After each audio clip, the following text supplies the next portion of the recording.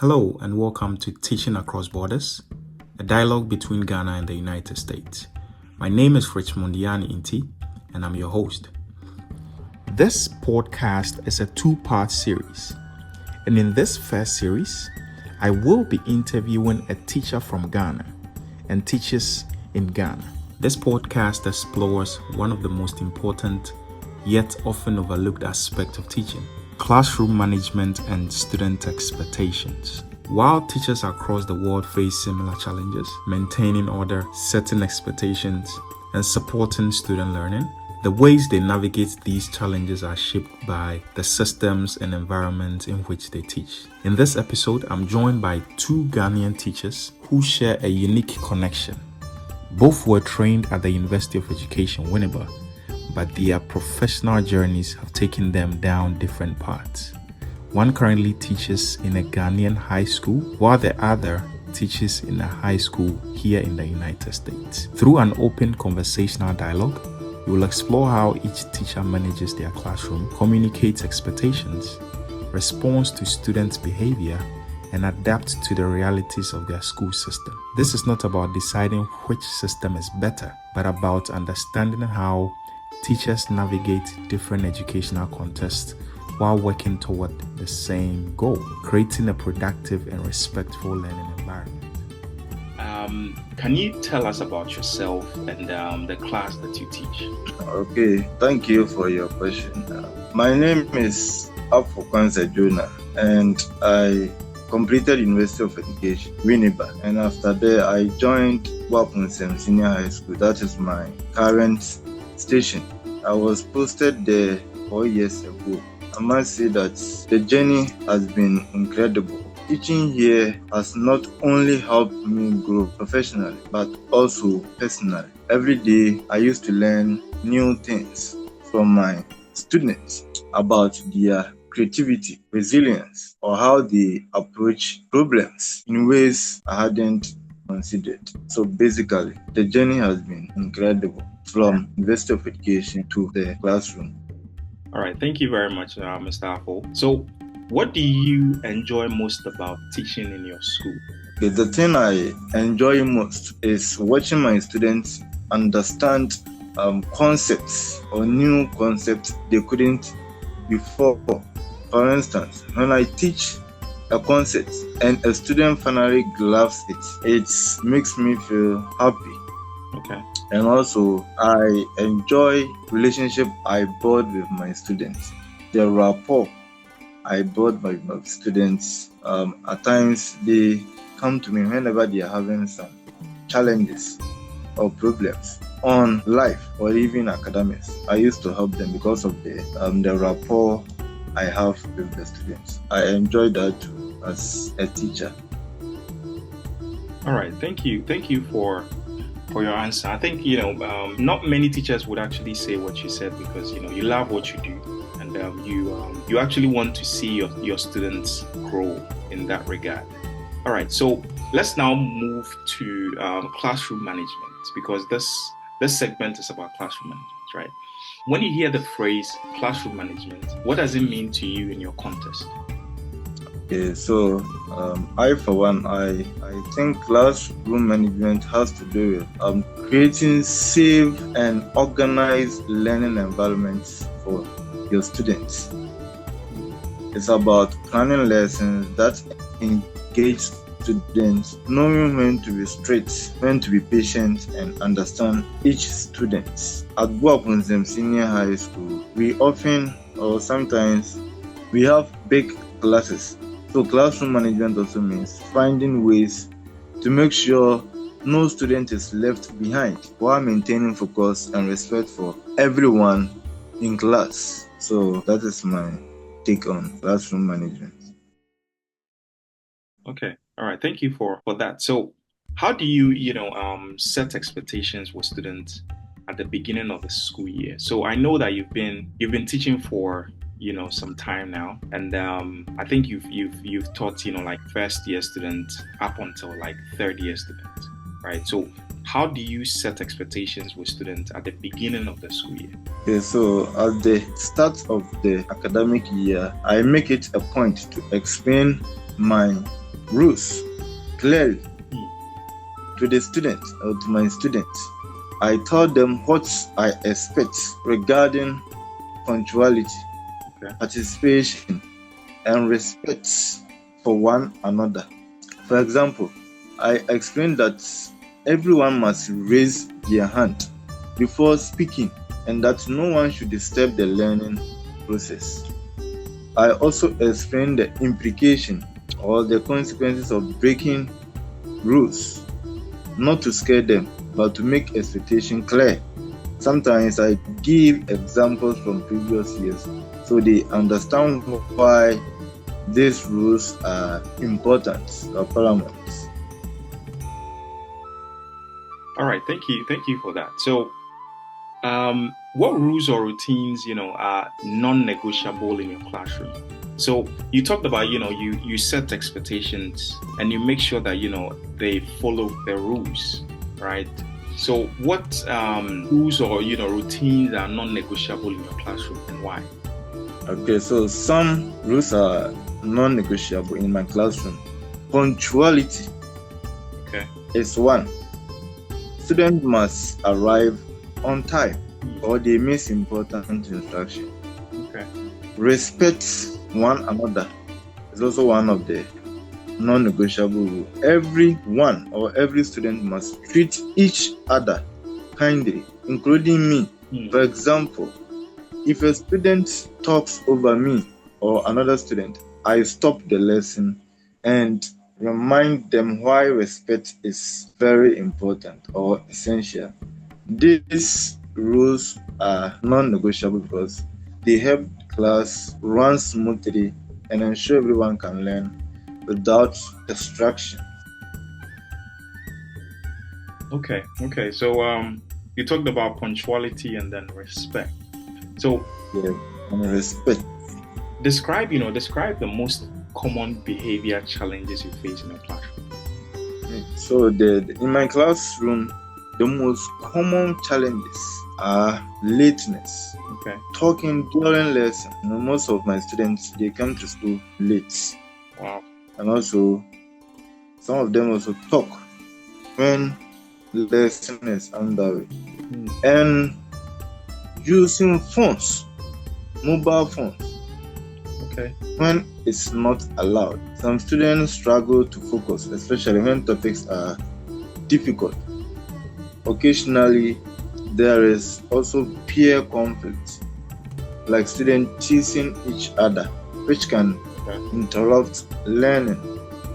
These challenges are not unique to our school, but they require constant attention and patience. Okay. Wow, you talked about lateness, talking, whilst the teacher is teaching. During lessons. And then, students also use phones. Mobile phones. So now that it's not allowed. Yes. Now that the students are being given tablets, what do you think is going to happen? Will they still use it in the classroom? They are going to use the tablet in the classroom. And these students, some of them, they are very troublesome. I know they are going to use the tablets to do different things. Whilst lesson is underway.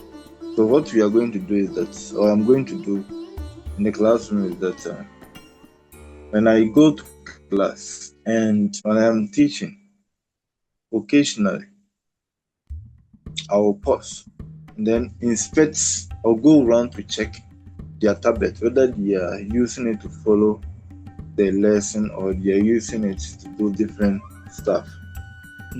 That's what I will do to ensure that everyone is following the lesson. Okay. So for the audience to actually understand what we are talking about, so in Ghana currently, the students are being given laptops to be used in a classroom. So I think it's a governmental policy, right? Where the government, is giving to the students. So in your in your opinion, right? Do you think that's a good thing? Yeah, I think so. Because The world is becoming like the use of ICT is becoming crucial. Yeah. It's very, very important to abreast yourself with the ICT tool. Right. So I think the government has done well to implement this policy to help the students in many ways. But then, as I said, we are going to encounter a lot of challenges. But going forward, I think this laptop stuff will help the students to be able to do proper research. So let's go back to, the common behavior challenges that you face in your classroom, right? So you talked about lateness, using phones, talking whilst the teacher is teaching. So what strategies or, interventions do you use when students break, those classroom rules? So I normally use step-by-step approach. Okay. So in the first place, I give a gentle reminder. If the behavior continues, I issue a warning and explain why it is wrong. Sometimes I assign extra work like writing an essay on why respect is important in school. Okay. For serious or repeated issues, I involve the year group ahead or guidance counselor. Okay. Consistency is key because if students see that the rules are enforced, they may not take them seriously. Okay. So do you think it works when you tell them to write why respect is important? Do you think that using a cane would have been better? Which one would you think would have been better? So I think this one has been working for me. Okay. So I don't use cane. Okay. I use this approach and it works perfectly for me. Do teachers still use canes in classrooms in Ghana? Some teachers. Yeah. Okay. Do you know the policy regarding using canes in schools? Are teachers allowed to use? As in my school? Yes. Are teachers allowed to use canes in schools? No. Teachers are not allowed to use. Oh, okay. They are not allowed. So my next question is let's look at school policy support, right? So how do your school support or sometimes limit your ability to discipline students, right? So let me explain. So for example, right, if a student disobeys what you say, right, and then you want to punish the student, are the school authorities in favor of that, or they prevent teachers from going ahead to discipline students? So my school, for instance, has clear policies that guide teachers to handle misbehavior if a student misbehaves. For instance, if a student repeatedly disrespect teachers or interrupt class, I can refer the case to the school disciplinary committee. However, sometimes policies can be slow to act, which makes immediate discipline harder. For example, a student might continue to interrupt class for a few days before formal action is taken. So as a teacher, I have to balance patience with firmness. Okay. Let's look at this. Building relationships with students, right? How important is building relationships with students for maintaining order? Building relationship with students is critical for classroom order. Students are more likely to respect teachers they feel understand them. Okay. So I try to talk to my students about their interest, family, or challenges outside school. For example, if I notice a student is quiet or withdrawn, I check in privately. When students feel cared for, they are more willing to follow rules and work hard. Okay. All right. So you try to understand your students. I think that's very important.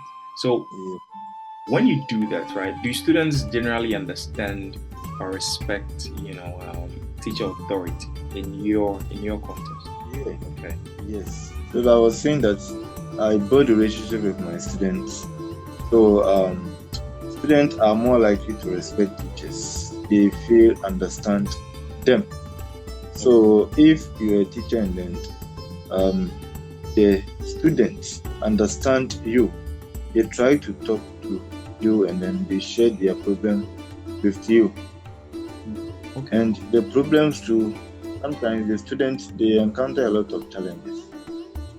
So if you build that rapport with them, they will come to you when they are having issues. They will come to you so that you offer them, if it is advice, if it is something, you will refer them to counsel teacher. So it is good to build a good relationship with your students.